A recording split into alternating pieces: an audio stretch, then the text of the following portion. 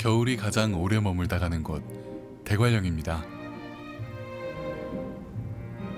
높이 832m, 총 길이 13km의 이 길은 강릉시와 평창군을 잇는 고갯길입니다.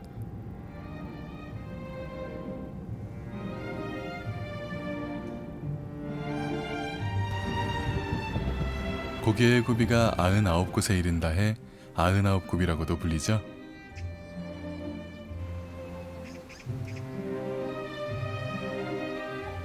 조용하던 배곡포 마을이 오늘따라 웬일인지 들썩들썩합니다.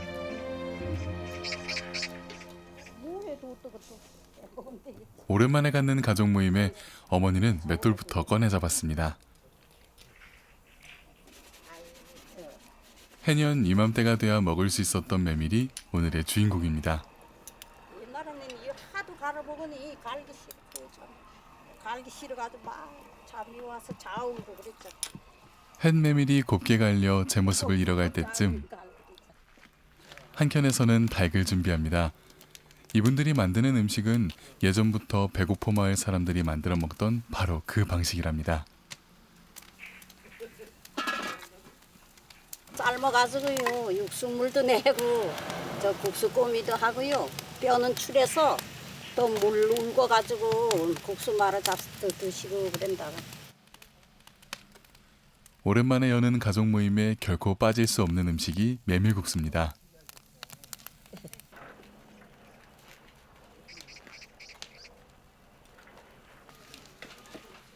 메밀국수 하면 국수틀에 눌러 먹던 옛날 방식으로 해야 그 맛이 나겠죠?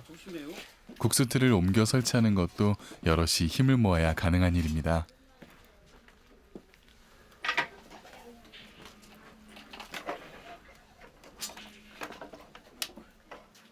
겨울에 이걸 많이 했지.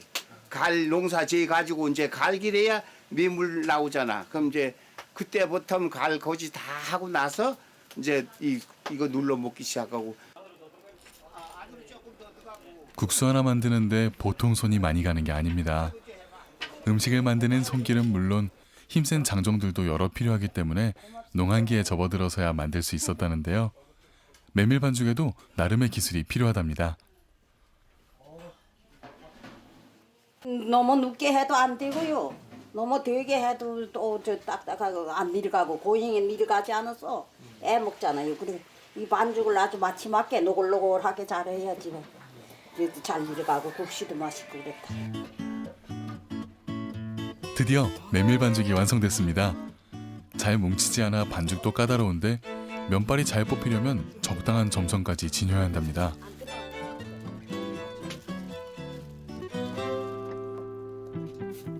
과연 잘 됐을까요? 힘주고요. 야, 옛날에 쭉 내려간다. 옛날에 해보고 으쌰. 참 귀하다. 면발이 술술 잘 나오는 걸 보니 강원도 사람이 맞나 봅니다. 수가 잘 내려오고 있습니다. 힘들어 보이지는 않는데 남자 셋이나 틀을 누르는 이유는 무엇일까요? 둘이선 안 내려가고 장자에 서히 눌러야 국수가 내려가지.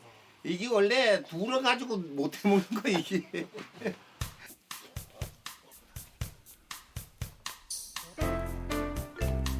펄펄 끓는 가마솥 물 위로 국수가 떠오르면 다 익은 겁니다.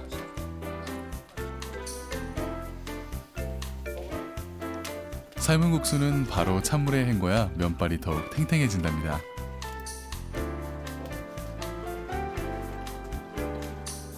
차갑게 식은 면을 몇 가닥 집어 먹으면 메밀이 주는 특유의 맛을 그대로 느낄 수 있죠.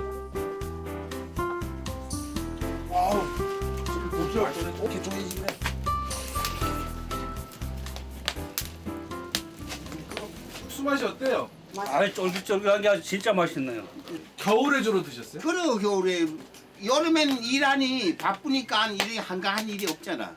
그러니까 이제 겨울에 다 이제 알거지 해놓으면 이제 한유하면 이제 그때 모여가지고 모두 이 청년들이 모여가지고 이렇게 누르고 이러면 이제 어른들이 모여서 대접하면 드시고 주로 그랬지.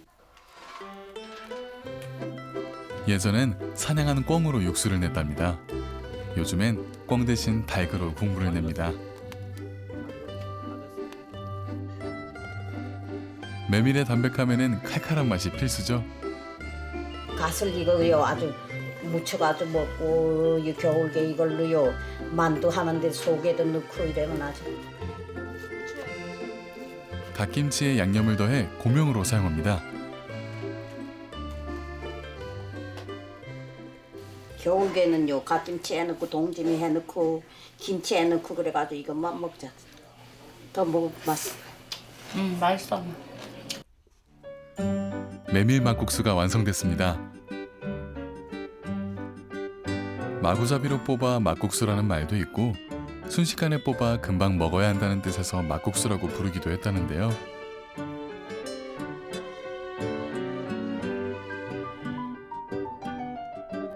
진하고 따뜻한 닭육수. 시원하면서 알싸한 동치미 국물. 여러분은 어떤 막국수를 드시고 싶으신가요?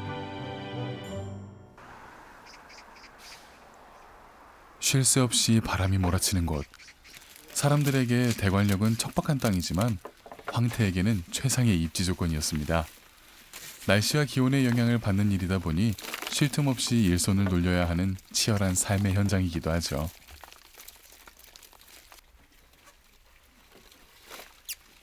여기가 기온이 출 때는 뭐 23도, 25도 올라갔다가 어제 같은 경우에는 여기가 15도, 영하 15도 썼는데 오늘은 지금 좀 풀렸죠? 9도, 예. 그래 지금 기온은 뭐 한 영하 3도. 그렇죠. 그렇기 때문에 이 기온 차이가 심하기 때문에 사실 황태덕장의 원조는 이북 함경도 온산연안입니다. 한국전쟁 이후 함경도 사람들이 내려와 고성과 강릉에 자리를 잡고 명태를 말렸습니다. 그러나 점점 따뜻해지는 날씨로 인해 황태덕장은 찬바람을 찾아 고지대인 대관령까지 올라오게 된 겁니다. 이곳의 기후와 자연 조건이 함경도와 가장 비슷했기 때문이죠.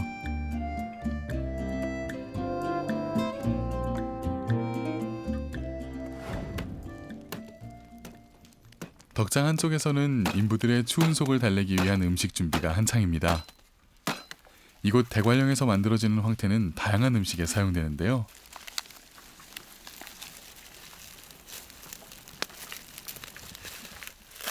끓여가지고 그냥 황태국도 끓여 먹고 된장찌개도 조금씩 넣고. 아, 못 먹는 데가 없어요. 다 먹어요. 다 들어가. 찌개라는 데는 다 들어가도 좋아요. 맛있는 황태해장국의 비결은 바로 이것. 들기름과 황태는 궁합이 최고랍니다. 황태 맛하고 이거 들기름하고 어울려지면은 더 구수한 맛이 나고. 황태국 한 그릇이면 시름도 피곤함도 잠시나마 잊게 됩니다.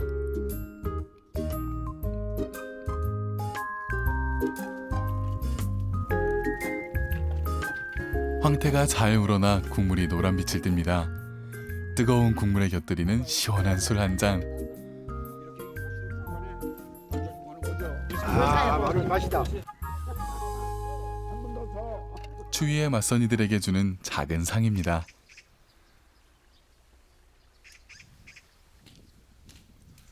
해마다 겨울이 되면 뒷산을 오르는 이가 있습니다.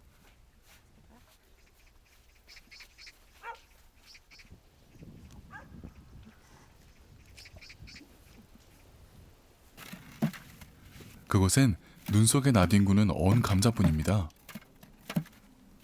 좀 이래 잔잔한 것들 그냥 밭에서 주워오기 나쁜 것들 이렇게 밭에다 그냥 이렇게 널브러뜨려 놔두는 거예요. 그래 얼으면 갖다 먹는 거예요. 그거 아까우니까 아깝지 않게.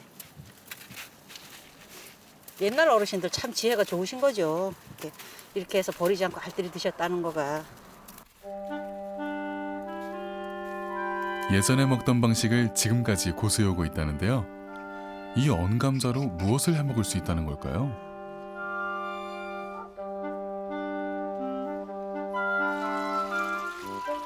언 감자로 떡을 만든답니다.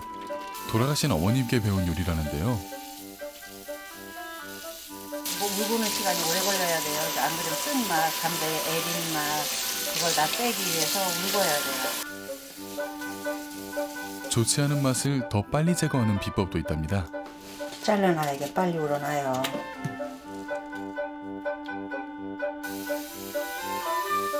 감자는 전을 부치거나 쪄먹는 것이 보통의 조리 방법. 그런데 언감자로 어떻게 떡이 만들어질까요? 가루 묻혀서 찌는 거예요. 소금도 넣고. 그러면 엄마가 얘야 떡 먹어라 이러면 이게 뭔데 엄마 이러면 얼음 감자 떡이다. 동글동글하니까 떡이라고 하신 거예요. 엄마가 속여서 주신 거예요. 옛날 엄마가 해주셨던 언감자 떡은 어떤 맛이었을까요? 잘 생각은 안 나는데 어떤 맛인지 그냥 엄마가 주셨던 맛있는 맛. 딸의 줄임배를 채우기 위한 어머니의 거짓말. 어린 딸은 그 말을 그대로 믿고 떡처럼 배불리 먹었을 테죠.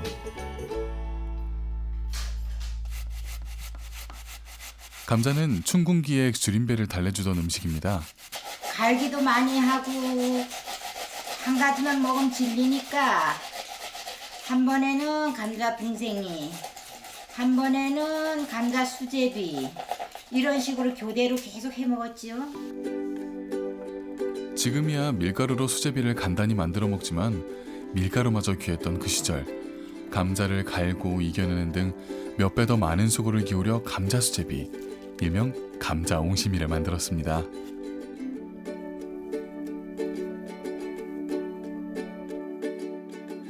감자 옹심인데 이렇게 쪄서 이거 걸른 물 앙금해서 녹말 뺀 거 있잖아요. 그거 하고 이렇게 쪄서 같이 섞어서 다시 반죽을 해서 옹심이를 만들면 쫄깃쫄깃하고 아주 맛있어요. 어느덧 감자를 갈고 남은 찌꺼기, 감자무거리가 다 익었습니다. 감자물은 윗물을 버리고 밑에 가라앉은 뽀얀 감자 전분을 흘리지 않게 잘 모아줍니다. 그런 다음 감자무거리와 잘 섞어 다시 반죽을 합니다. 밀가루 반죽처럼 하나로 둥글게 빚어지진 않지만 식감은 더 쫄깃하답니다. 이렇게 만든 감자 반죽을 끓여놓은 장국에 뚝뚝 떼어 넣어줍니다. 이것이 바로 감자 수제비. 강원도 사람들의 겨울 양식인 감자 옹심이가 완성됩니다.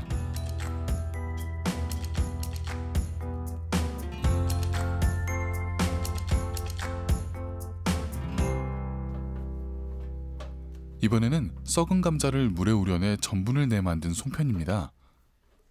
아이 감자 송편은 원래 큼지막 해야 된다니까. 나처럼 넙대구리하게 크게 해봐. 강원도의 척박한 환경에서도 더없이 잘 자라는 감자. 그래서 전해 내려오는 감자 요리도 많습니다. 강원도 음식은 송편 전부 이렇게 손자리가 나요. 그렇게 이렇게 만드는데 이게 큼지막해요. 동글럽적하게 넙대구리하게. 왜 이렇게 크게 만들어요? 아유 급하니까 빨리빨리 쪄 먹으려고. 파치나 김치소를 넣어 만든 감자 송편입니다. 그럼 누가 했는데 맛있지. 와 맛있겠다. 먹어보자.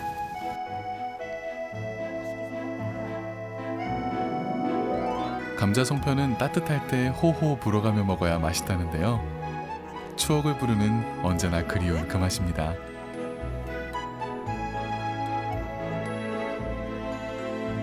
맛있다. 우리 엄마 손맛이다.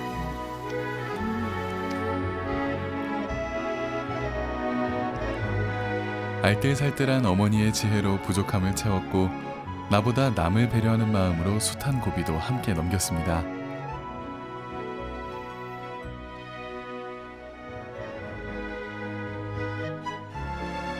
나눌 줄 아는 미덕이 오늘날 우리의 밥상에도 늘 함께했으면 좋겠습니다.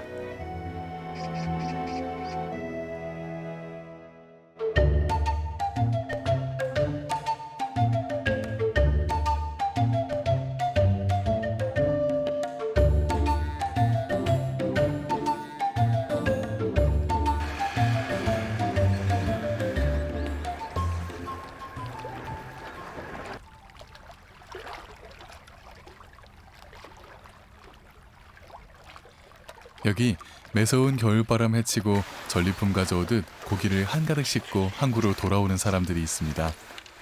겨울이 제철이라는 양미리잡이 어부들입니다.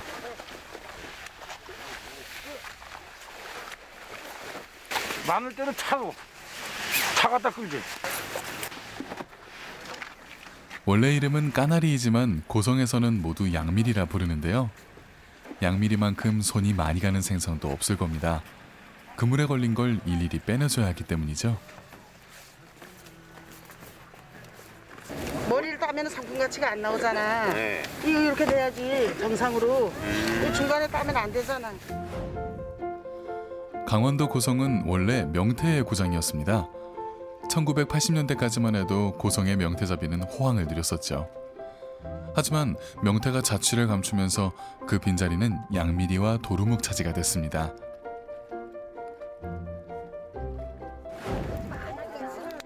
하루 종일 양미리를 떼다 보면 손이 마를 날이 없는데요. 언선도 녹일 겸 한켠에선 굵은 소금 척척 뿌린 양미리가 구워집니다. 오늘 얼마나 잡았니? 오늘 10개. 10개? 아픈 데도 많죠. 어깨 이런데 하나도 못 쓰죠, 이게. 이게 사람이 인력으로 상노동 중에 이게 상노동이에요. 이게 사람 다 인력으로 해야 되니까 하나씩 하나씩. 그래도 이 양미리 덕에 아야진항의 안악들은 겨울에도 노는 사람이 없습니다. 발에 채일 정도로 많아서 홀대받던 양미리가 고마운 돈벌이가 돼준 거죠.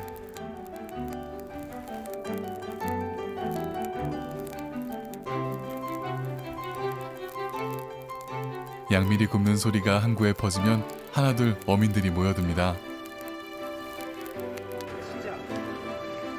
구운 양미리는 먹는 방법이 따로 있습니다.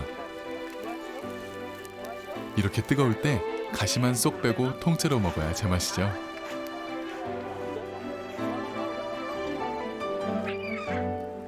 전원을 연결하기가 쉽지 않은 항구. 곳곳에는 고장난 냉장고가 눕혀져 있습니다. 아야진항 어민들의 재치를 엿볼 수 있는 곳이죠. 얼음을 이렇게 밑에 깔아놓고 이게 여름이나 봄이나 가을이나 이렇게 놓고 이 얼음이 이제 냉장고 역할을 하는 거예요. 그러니까 겨울 김장도 이렇게 해서 여기다 쭉 놓고 이렇게 해서 이제 꺼내 먹으면 아주 뭐 땅에다 묻어난 건 저리 가래. 시원해요. 참 기발하죠? 누가 먼저 시작했을까요? 생각한 사람을 아직까지 못 적어 있어요. 그 사람을 특허를 줘야 되겠는데 특허를 못 줘가지고 미안합니다. 지금 거가 아니고 올해 거가 아니고. 고장난 냉장고에 보관하던 김치를 꺼내 조리를 시작합니다. 신김치에 양미리를 넣고 조림을 하려는 참입니다.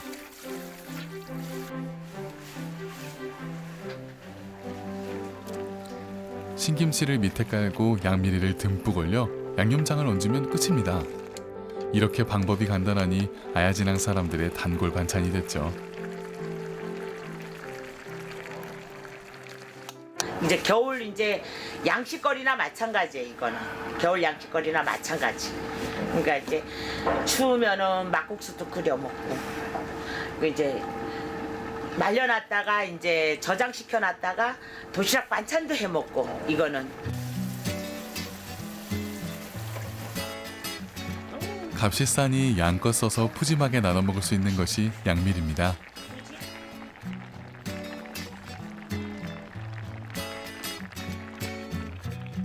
머리와 가시를 빼고는 버릴 게 없으니 추운 겨울 배고픈 서민들의 배를 채워주는 고마운 생선이죠. 게다가 고칼슘의 고단백이니 흔하지만 귀한 놈입니다.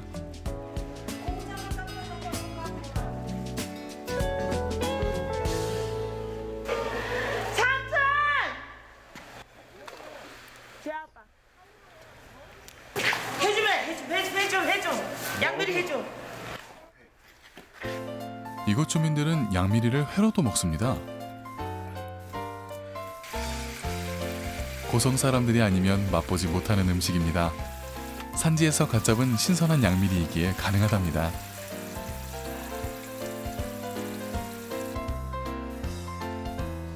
아야진항 어민들은 양미리회를 다른 생선보다 더 좋아한답니다. 지방이 많고 쫀득쫀득한 양미리회는 묵은지에 싸서 먹으면 그 맛이 일품이죠.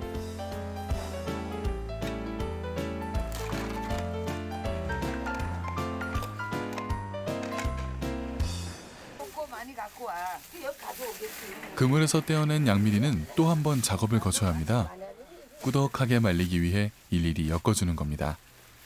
이곳에서는 힘이 없는 어르신들도 젊은이들처럼 손을 돌립니다. 양미리를 엮는 대로 돈을 받으니 손이 빨라질 수밖에 없습니다.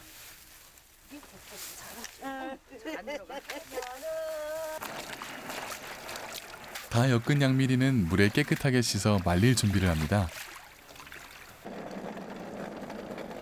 이렇게 해풍에 2, 3일 정도 말리면 꾸덕꾸덕한 반건조 상태가 되는데요. 이 모습이 주로 우리가 사 먹는 양미리입니다.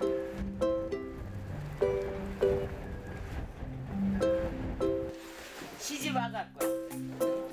이렇다 보니 어부는 물론 손질을 돕는 아낙들까지 하루 종일 포구를 떠나지 못합니다.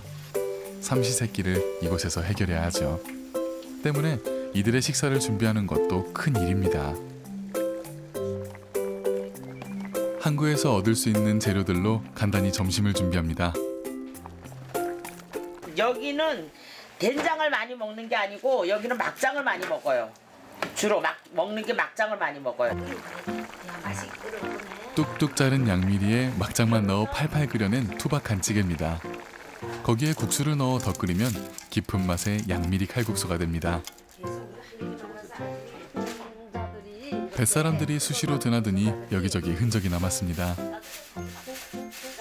이 파란 바다에서 항상 할아버지가 배 다니고 하니까 또 평상시에는 감기 없는데 겨울에 눈바라칠 때 할머니 그냥 또 그때는 칼바람이에요. 그러니까 손주들이 아마 이제 너무 이제 가슴 아프길래 이렇게 할머니 사랑해요, 할아버지 사랑해요 항상 이렇게 여기다 써놓고 가요. 어린 손자들에게도 할아버지가 배를 타는 일은 고돼 보였나 봅니다.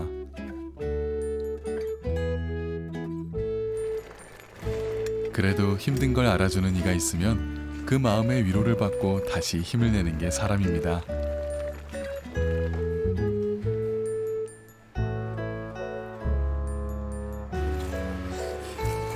뜨거운 국숟가락이 목을 타고 넘어갑니다. 때로는 뱉지도 삼키지도 못하는 뜨거움에 놀라기도 하죠. 하지만 그 뜨거움을 견디면 온몸이 든든해지는 것. 어쩌면 삶이란 이런 것 아닐까 싶기도 합니다. 이른 아침에도 포구는 일찌감치 깨어 있습니다. 도루묵 손질을 하기 위해서랍니다. 도루묵도 양미리처럼 그물에서 일일이 떼내야 하기 때문에 작업은 이른 아침부터 시작됩니다. 이거 숯돌미기, 이거 알돌미기. 아, 암놈하고 순놈이요? 그럼 이건 팔로, 이건 팔로가 안 되는 거구나. 도루묵은 톡톡 터지는 알맛으로 먹는다죠. 그러니 순놈보다는 암놈이 인기가 좋은 거죠. 알배기 도루묵은 역시 구워야 제맛입니다.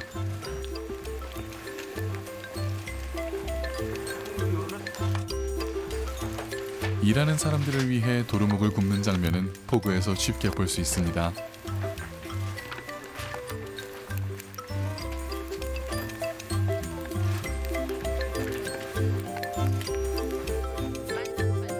곁불에 얼어붙은 몸을 녹이며 뜨끈한 도루묵 구이를 통째로 먹는 맛. 허기도 순식간에 가시는 듯합니다.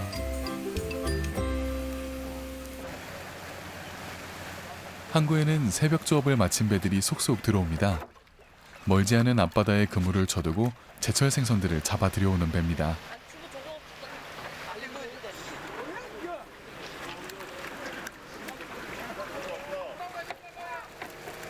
어민들도 주변을 서성입니다. 아, 혹시 총알 오징어 있나 하고. 총알 오징어는 몸집이 작은 오징어를 말합니다. 상품성이 적은 고기들을 값싸게 얻어낸 거죠. 오징어 이거 한 장만 되면 갖고 와. 오징어 어디서 났어? 가지노, 정치만 가지노에서 갖고 왔어. 총알 오징어는 별다른 조리가 필요 없습니다.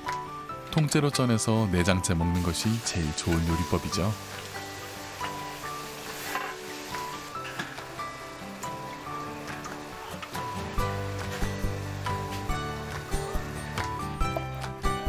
육질이 연하고 야들야들해서 내장과 어우러지는 맛이 더 고소하답니다.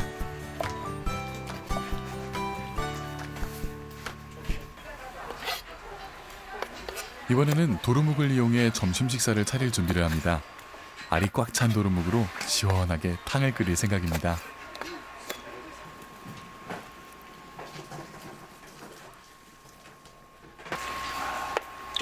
큰 거 한 마리 더 해라, 또 이거. 이거 얼었어. 아, 괜찮아, 어른 괜찮아. 허기질 시간, 양껏 넣은 푸짐한 도루묵찌개가 욕심나는 모양입니다. 남편이 원하는 대로 알이 꽉 뺀 도루묵을 듬뿍 넣고 파 송송 썰어 넣어 찌개를 끓여냅니다. 네, 맑게 끓여가지고 시원하게 먹어요, 여기는. 양념 조금 하고 깨끗하게. 싱싱한 재료가 있으니 별다른 양념을 쓰지 않고 재료의 맛을 그대로 살리는 것이 이곳 음식의 특징입니다. 도루묵알. 여기다 짜. 뭐 간단하지, 뭐 이거 짜는 거. 자, 이렇게 해가지고 꾹 누르면 이게 배에 꽉 차 있는 알만 짜내어 요리를 하려고 합니다. 그런데 알색이 제각각 다르죠? 어미 도루묵이 먹는 먹이에 따라 알색이 달라진다니 참 신기합니다.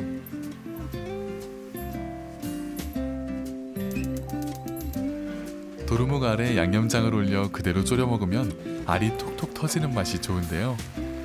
뜨거울 때 밥 위에 얹어 먹으면 다른 반찬이 필요 없습니다.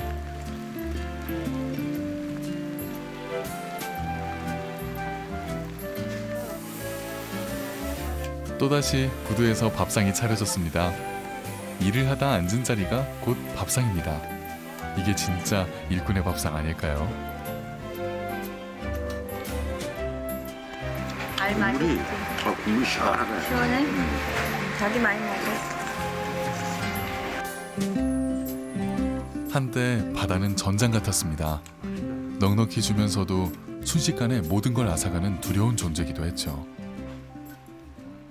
처음에 왔을 때는 바다 냄새가 느껴졌는데 이제 냄새를 몰라요.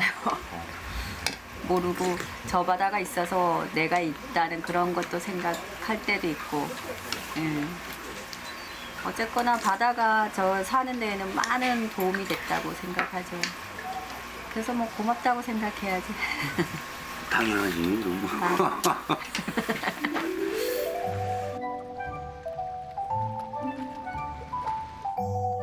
거친 어민의 삶이 왜 좋으냐 묻는다면 바로 그 바다가 있기 때문일 겁니다. 바다에서 한 해를 시작하고 마무리하는 사람들. 그들의 밥상이 1년 내내 뜨겁고 풍족했으면 좋겠습니다.